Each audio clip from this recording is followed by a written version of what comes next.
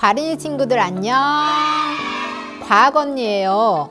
과린이들처럼 싱그러운 계절 5월이 왔네요. 뭘 해도 좋은 이 계절에 우리 과린이들과 만날 수 있어서 무척 즐거운데요. 저 말고 또 한 분이 계시죠? 과린이들에게 과학적인 궁금증을 풀어주실 고난돌님께서 나오셨는데요. 인사 부탁드릴게요. 반가워요. 나는 어떤 내용이든지 여러분들에게 알려줄 과학탐정 고난도일입니다. 이번 달 저희가 다룰 주제는 산불로 파괴된 산의 회복, 100년의 대장정입니다. 지난 4월에 기후위기를 이야기하면서 동해안 산불에 대해 잠깐 이야기를 했는데 많은 사람들이 산불이 꺼진 직후 참담한 모습만 관심을 가질 뿐 산불 이후 산이 회복되어 가는 과정에 대해서는 관심이 덜한 것 같아 이번 달에는 산불 그 후 산이 회복되는 과정에 대해 알아보는 시간을 가지도록 하겠습니다. 고난돌님, 네. 산불이 났다고 하면 흔히 활활 타오르는 나무들만 떠올리는데 산에는 나무만 있는 게 아니니까 다른 것도 생각을 해야 되는 것이지요. 맞습니다. 흔히 산불이 나무만 태우는 줄 아시는데 그것이 아니라 곤충, 물고기, 야생동물, 심지어는 기후, 수질, 토양까지 그야말로 산에 관련된 모든 것에 영향을 미친다고 해도 과언이 아닙니다. 그래서 산불 이후에 산이 이전의 모습으로 돌아가기는 그만큼 어렵고 회복에 아주 많은 시간이 걸린다고 합니다. 산불 이후 산이 회복되어 가는 과정에서 가장 먼저 회복 신호가 나타나는 곳이 수상 생태계라고 하는데 사실인가요? 맞습니다. 불은 연료, 산소, 열, 이 세 가지 요소가 있어야 계속 타오르는데 물속에서는 탈 수 있는 연료가 없다 보니 수상생물들은 산불이 번져도 지상생물들처럼 직접적인 피해를 입지 않는 경우가 많습니다. 그래서 상대적으로 적은 피해를 입기 때문에 가장 먼저 회복이 되지요. 수상 생태계에서도 어류와 무척추 동물들의 회복 속도가 다른 이유는 무엇인가요? 수상생태계도 피해가 적을 뿐 산불로 인해서 환경적으로 악영향을 입습니다. 어류는 물을 통해 산불 피해가 없는 지역으로 이동이 가능하기 때문에 피해를 적게 받습니다. 하지만 곤충 같은 무척추 동물은 산불이 발생했을 때 물속으로 흘러들어오는 토양, 불에 타서 생기는 재, 열기 등들이 어류보다 큰 영향을 받게 됩니다. 어류는 약 3년 정도면 이전과 같이 회복되지만 무척추 동물은 개체수 회복이 더뎌서 약 9년이나 걸릴 것으로 예상됩니다. 그럼 3배나 더 걸린다는 거네요. 맞습니다. 수상 생태계 회복에 꼬박 10년이 걸리고 숲이 외형적으로 다시 울창해지려면 20년 이상의 시간이 걸린다는데 그것도 사실인가요? 그렇습니다.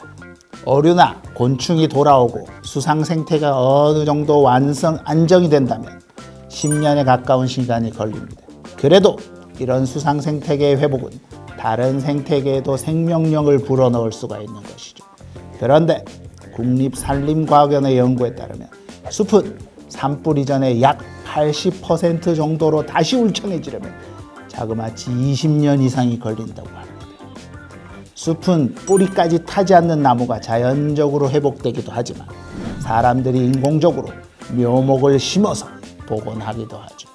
나무가 불타는 건 순식간인데 회복하는 데는 엄청난 시간이 걸리는 거네요. 산불은 우리나라 숲을 또 다른 숲으로 탈바꿈시키는 천이라는 변화를 가져온다고 하는데 이것은 무슨 뜻인가요?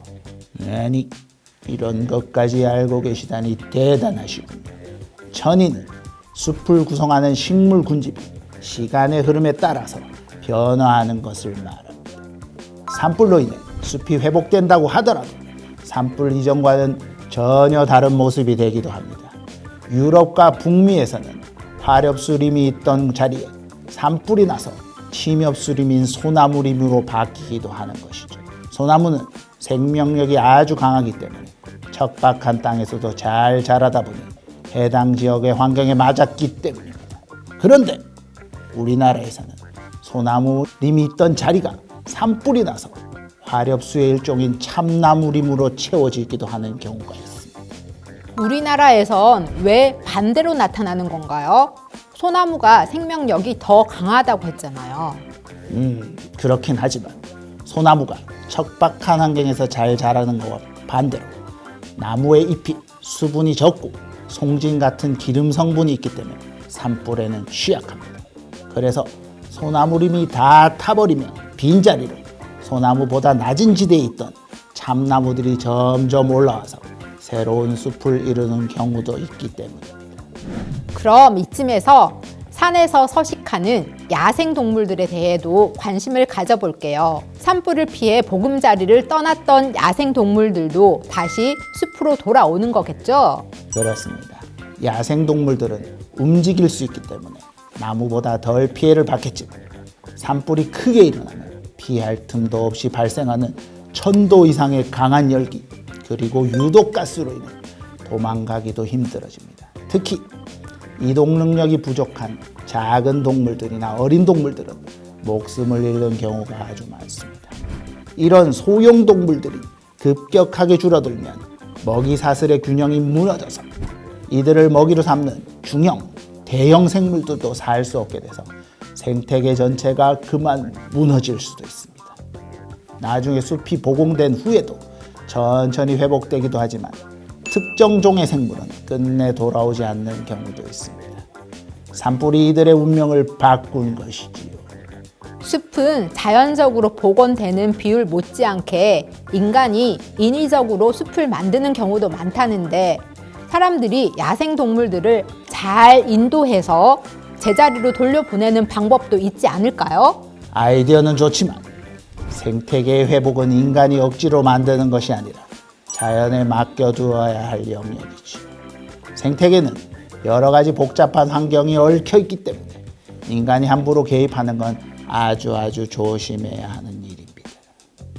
하천, 숲, 야생 동물까지 40년이란 시간이 흐른 후 이들이 모두 갖춰지면 산이 완전히 회복되었다고 할 수 있을까요?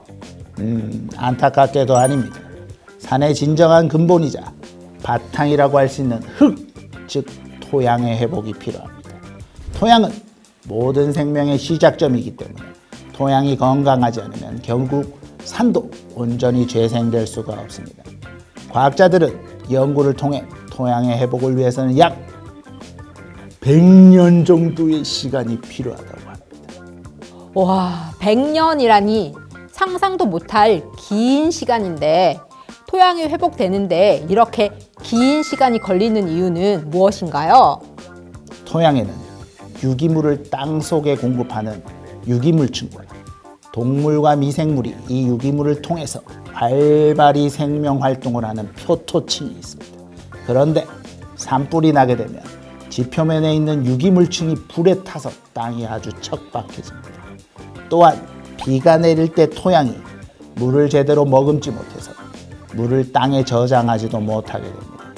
대형 산불이 많이 일어나는 강원도에서 여름 장마철에 오히려 홍수 피해가 발생하는 원인이 되기도 하는 것이지. 지표면에 가까운 토양일수록 산의 피해를 더 크게 받게 되네요. 그렇습니다. 지표면에 가까운 토양층일수록 불에 타서 사라지고 산의 생명활동의 핵심 재료를 잃고 마는 것이지. 그럼 100년을 기다리면 토양이 확실히 회복될 수 있을까요? 과학자들은 그렇게 예상을 하지만 산불의 규모에 따라 어쩌면 더 시간이 걸릴 수 있다고 보고 있습니다. 한순간의 실수를 바로잡는 것이 엄청난 노력과 시간이 걸린다는 경각심을 가져야 합니다.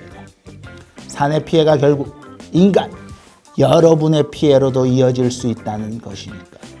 100년 혹은 그 이상이 걸릴지도 모르는 산의 회복 과정에 대해 알아보니 산을 건강하고 아름다운 모습으로 지키는 것이 얼마나 중요한지를 알게 되었네요. 그리고 산불의 발생 원인이 자연 발화보다 인재인 경우가 훨씬 많다고 하니 세심한 주의로 자연 환경을 해치지 않는 과린이 가족들이 되기를 바랄게요. 계절의 여왕 5월 행복하게 보내시고 다음 달에 또 만나요. 안녕.